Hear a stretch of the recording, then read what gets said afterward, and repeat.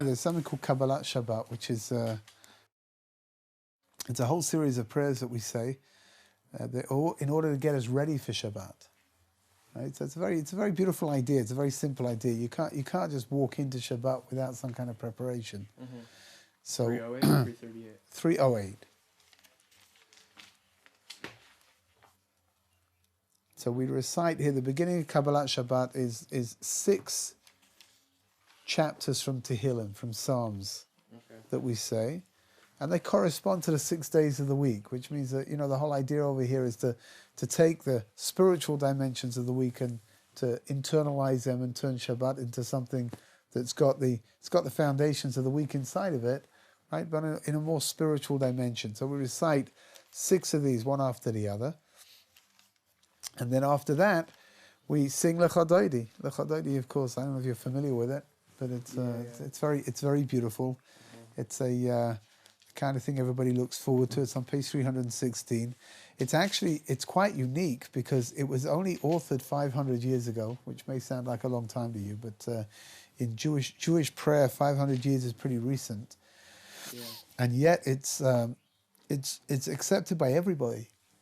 All the different communities all over the place, they use Lecha Dodi inside of their Friday night services. Mm-hmm. So it's very beautiful. It's got 10 different verses in it. Again, the verse 10, number 10 is very significant. It describes something which is complete, something which is whole, the totality of something. And what's interesting about Lecha Dodi is if you read it through, after you've been through the first little bit at the beginning, the rest of it doesn't talk about Shabbat at all, but it talks about the redemption, and it talks about Yerushalayim and Jerusalem, and the idea of the coming of the Mashiach, which means that there's a very close connection between Shabbat and this very important concept of the Messianic era. Like the idea of keeping Shabbat. Shabbat, first of all, is considered to be me'ein olam haba. It's a little bit, like a little bit of the world to come, right? Which means that it's got a dimension to it which is very spiritual and something that we need to tap into. I've told this over hundreds of times, but it's something which I think is I think it's very important. I really do. My wife's grandfather he wasn't a very learned man, but he was a very righteous man, a very pious man. And whenever you used to phone him up and ask him how Shabbos was, he would say, Shabbos is always good. It took me a while to realize what he was saying. Your Shabbos may have been lousy, right? But it's not Shabbos' fault that it was lousy. Mm-hmm. It's our fault, right? That we're not dealing with Shabbos the right way. We're not approaching it the right way. That's what turns Shabbos into something which is not positive. But Shabbos is always good. Right? That was his approach, and that's really this concept of Kabbalat Shabbat, of bringing in Shabbat, this pre-Maariv tefillah, this pre-Maariv prayer, is there to get us to understand and to appreciate that Shabbat is something that we need to be working hard for in order to be able to have it mean something, of significance. After. Oh, you know what? The last verse of Kabbalat Shabbat, the last verse of Lecha Dodi here at the bottom of page 318. So over there's a custom, everybody stands up, they face the back, and when they sing Boi Chala, which means the bride should come, the Shabbos queen should come, so you bow to each side and then turn around and face the front again. What you'll find in different shuls, they have different customs, but that's pretty much the basic custom is that everyone stands up together, faces the back, and bows to the left and to the right, and then comes around and sits, faces the front again. After that, there are another 2 chapters of Tehillim on page 320. Those, again, the whole structure is something very significant, something very beautiful. Actually, you've got these six chapters of Psalms at the beginning, which are the 6 days of the week. Mm-hmm. Then you've got Lecha Dodi, which is bringing us into Shabbat, right? And the end of Lecha Dodi again is Boi Chala, that the Shabbos bride should enter our lives. And then immediately afterwards we say, chapter 7 is Mizmor Shir Liyom HaShabbat, the 7th chapter of Tehillim, of Psalms that we say is Mizmor Shir Liyom HaShabbat, which is the psalm that's been composed in honor of Shabbat, which means that it's all fitting together very neatly, right? 6 days of the week, Lecha Dodi, Shabbat. If If you take a look through Mizmor Sheli Yom Shabbat, you might be surprised to see that there's very little mention of Shabbat at all over there. It's really talking about things which are, again, very esoteric, the concepts of the world to come, and the idea that the two are very closely intertwined with each other. There's a very famous Hasidic commentary called the Sfat Emet, who says that the word Shabbat is very closely related to the word Lashuv, which means to return. Which is, Shabbat is all about returning. We're returning back to the more spiritual dimensions of our lives, and we're leaving the physical dimensions behind, and we're just connecting together with God. And then there's another chapter which is recited at the bottom, Hashem Malach, and then after that. So again, it depending on where you're praying. So you may find here in Israel the prevalent custom is to recite what's called Bami Madlikin, which is a series of Mishnahs taken from Shabbos and from the Gemara in Shabbos, where it talks about what do you light with, what you shouldn't light with, what's good for Shabbos candles, what's not good for Shabbos candles. Over here, the prevalent custom amongst the Ashkenazi communities is to recite this now, before Baruch Hu. Some communities in Chutz La'aretz, outside of Israel, have the custom to say it at the end of the whole service, the whole Shabbos service. I don't know, it depends where you are, depends what they do. Whatever they do, it's going to be okay. Mm-hmm. Some communities, what's called Nusach Sfard, which is the Hasidic communities, and Nusach Edut HaMizrach, which is the Sephardic communities. So they don't recite Bami Madlikin at all, and they recite something called Kagavna, which is a very esoteric prayer. It's a prayer it's a very based in the Kabbalah. It's based in the words of the Zohar, and it talks about the connection between ourselves and Shabbat. Again, whatever's going on, normally just follow whatever the community is doing, and try to keep up with them. I guess that's the best thing to do. And after that, so at the end, if you're davening in an Ashkenazi community, so after Bema Madlikin, there'll be a Kaddish, right? The mourners will recite a long Kaddish on page 328, called the Rabbi's Kaddish, and then afterwards is Baruch Hu. Now, in some communities there'll be a break. Again, it really depends, whatever the custom of each community is. But in some communities, they'll make a break, and they'll somebody will speak. You said in Ashkenazi they recite the Rabbi's Kaddish? Yeah, Rabbi's Kaddish on page 328. Again, it could be that before Baruch Hu, it could be somebody's going to get up and speak, and could be that he won't. I don't know. It just depends on the custom of wherever you are. Right, so something to be aware of. If everybody starts sitting down and settling down in their seats, it means somebody's going to speak, and it's probably wise to tell the person next to you that he should wake you up, right, when they get to Baruch Hu, just so you should be able to pray together with everyone else. Of course, the problem is if he falls asleep as well, then it's a little bit of a problem. Mm-hmm. But and then on page 330 is Baruch Hu. Now the format for Maariv is pretty much the same as the format that you have throughout the week as well, which means there's Baruch Hu, the Chazan recites Baruch Hu et Hashem HaMavorach, and everybody recites back Baruch Hashem HaMavorach L'Olam V'ed, and then they start the brachot before the Shema. Right, there's two brachot over here that are recited before we begin the Shema. Then we get to the Shema. Everybody recites the Shema together. The Shema is the focal prayer. It appears everywhere. It's in every day we say it. We say it, once at Shachrit, we say it once again at Maariv time. We say it before we go to sleep. You say it before a Brit, the night before a Brit Milah. It's recited. It's said in the vidui, in the final confession that somebody makes. It's also, it's there. The whole time the Shema is there. It's part of who we are. It's really defines our relationship with HaKadosh Baruch Hu. Shema Yisrael Hashem Elokeinu Hashem Echad. The word Shema doesn't really mean here, even though that's how it's translated over here, I guess, right?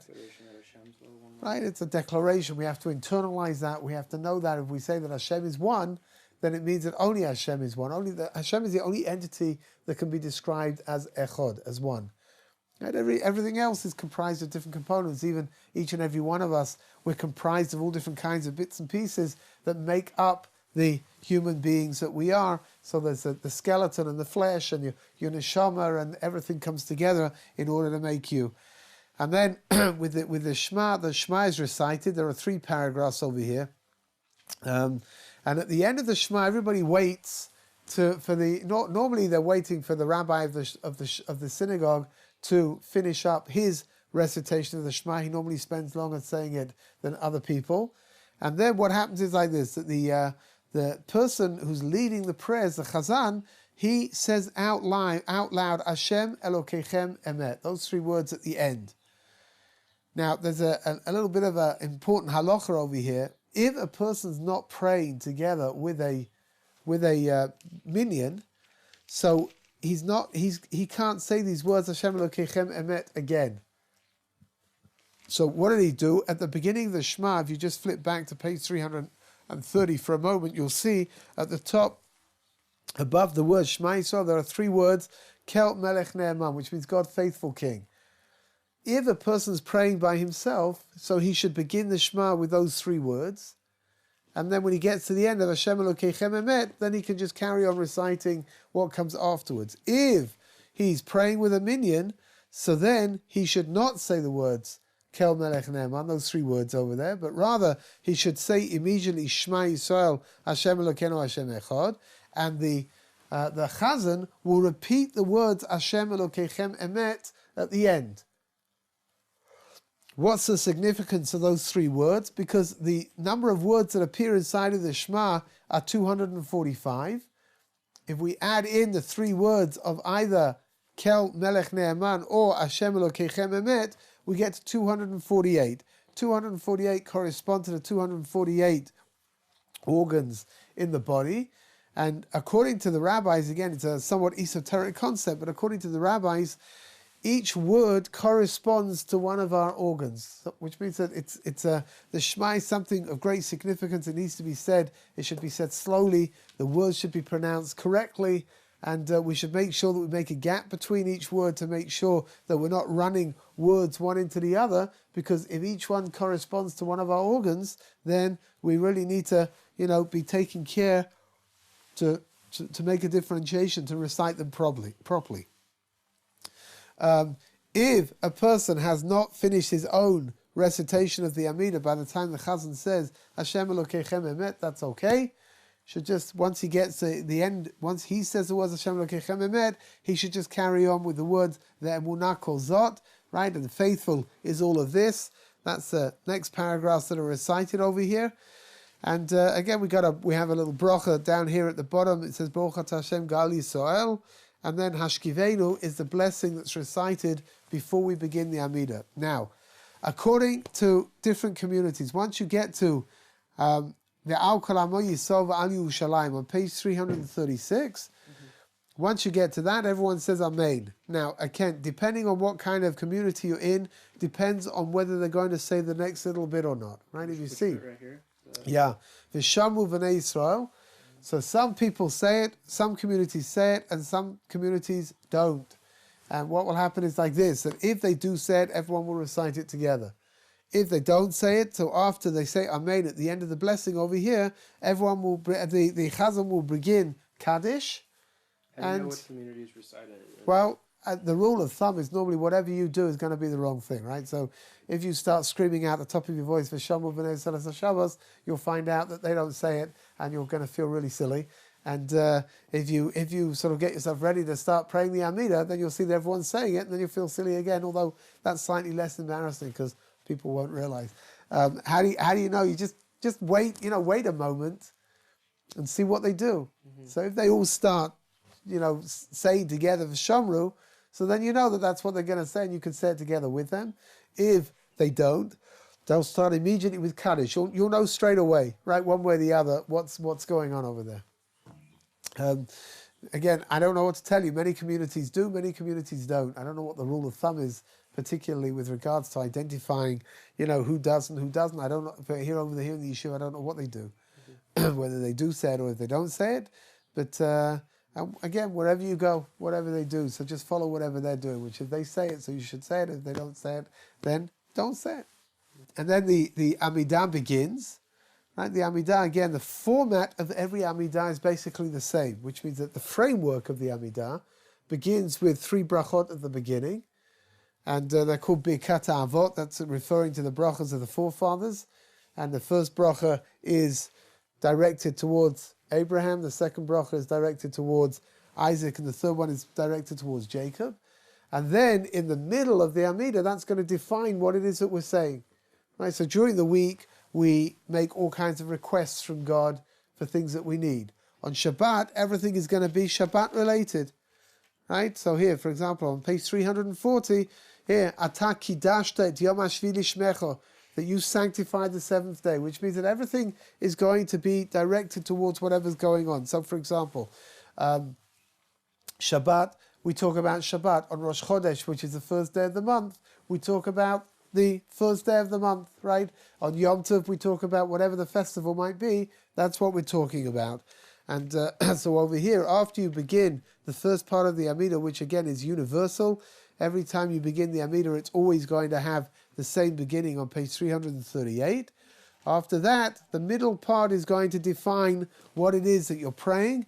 And then on page 342, you're coming back to the standard, the standard framework of whatever is being recited. So we begin with Birkat Avot, we begin with the blessings of the forefathers. We have the piece in the middle, which is going to define what it is that we're praying, whether it's the week or whether it's Shabbat. And then at the end, these are all of the brachot which revolve around giving thanks to God and asking God for He should bring peace to the world. And that's all of that is going to appear in all the different amidot that you're going to daven, regardless of whether it's during the week or regardless of whether it's on Shabbat. It's always going to be the same beginning and the same end, and it's a piece in the middle which is going to make the difference.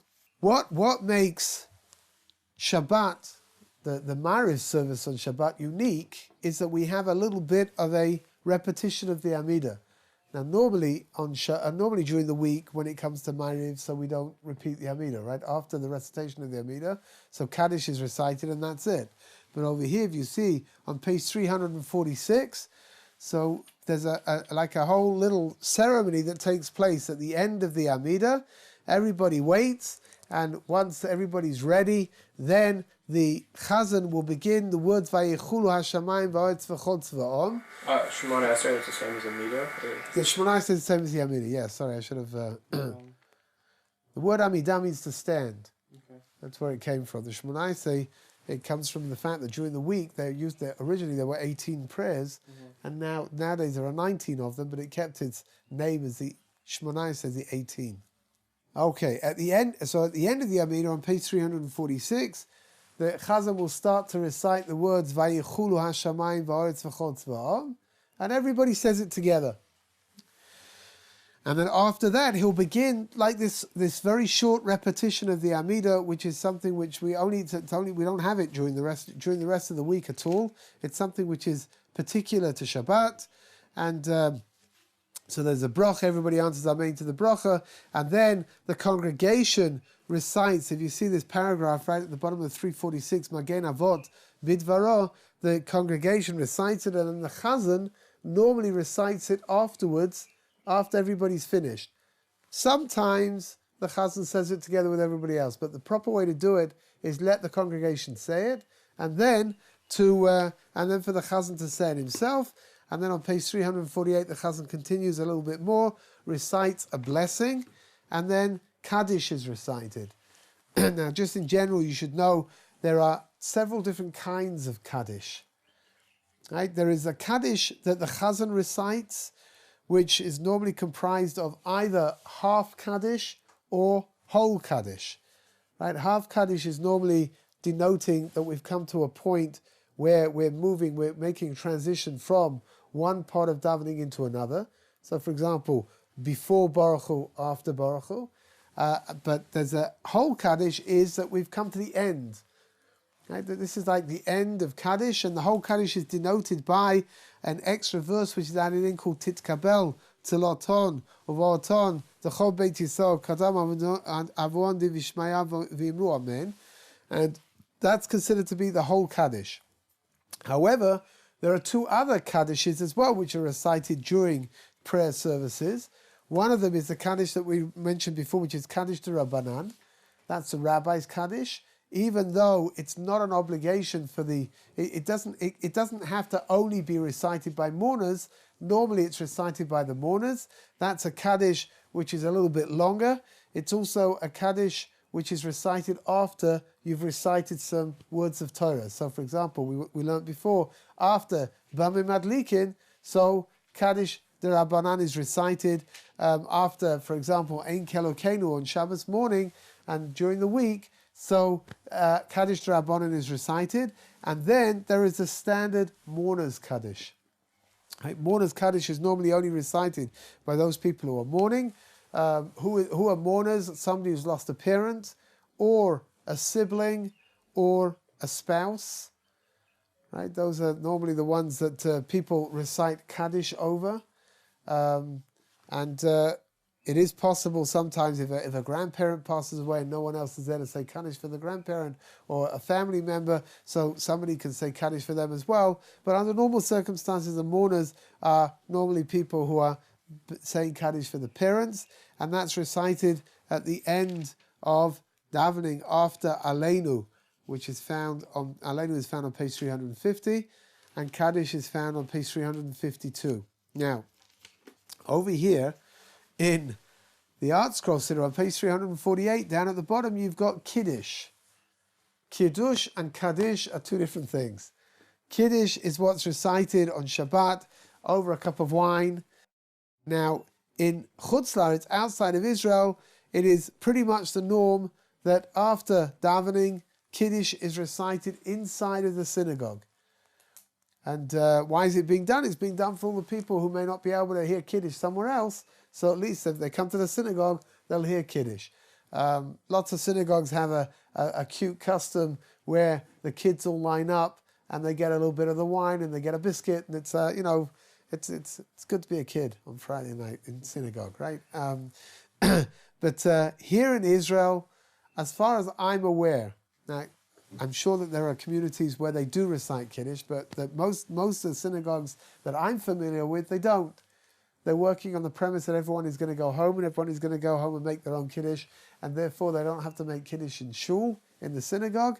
And again, what's going to be? I don't know. Depends where you are, right? So some places you go to and there will be a Kiddush and some there won't be.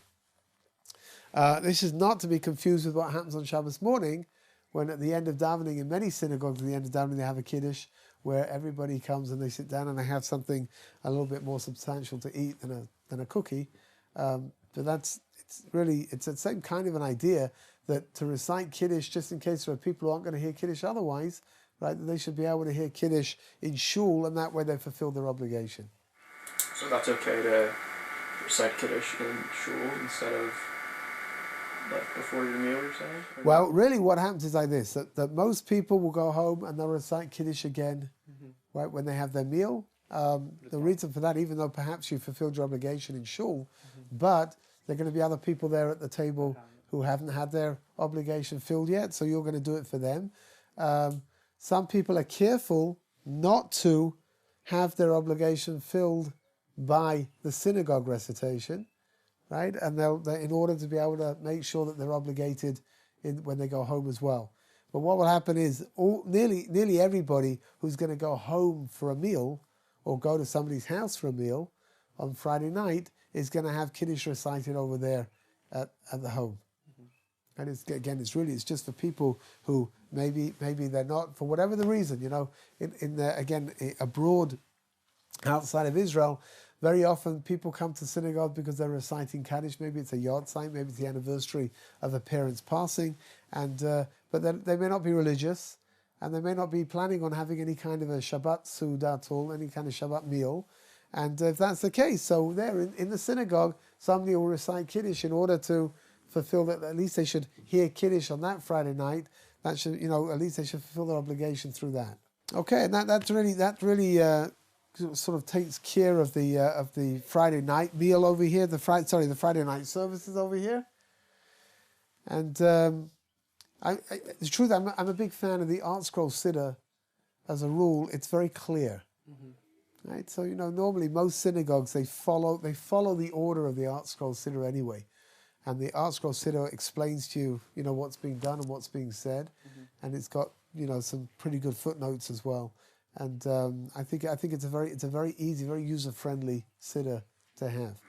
We're aware of what's going on in shul here and back in the States. There used to be years and years ago. There used to be a couple of guys who sang songs called the Megama Duo, and they wrote something. They were very clever. The songs that they wrote. One of the songs they wrote was called the Synagogue Blues. It's like this fellow's he's gone into shul and he can't work out where he is. He can't work out in the siddur where he's supposed to be, and he can't. The person next to him has fallen asleep, so he can't ask him where he's supposed to be.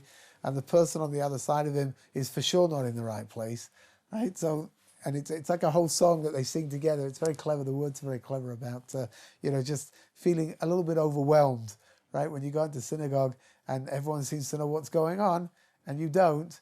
And that's why it's good, right? Most synagogues, I hope, are pretty, as well as the Siddurim, I hope the synagogues are user-friendly as well.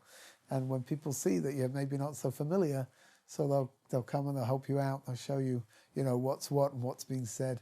But like I said, the siddur it's a pretty good siddur. It really is.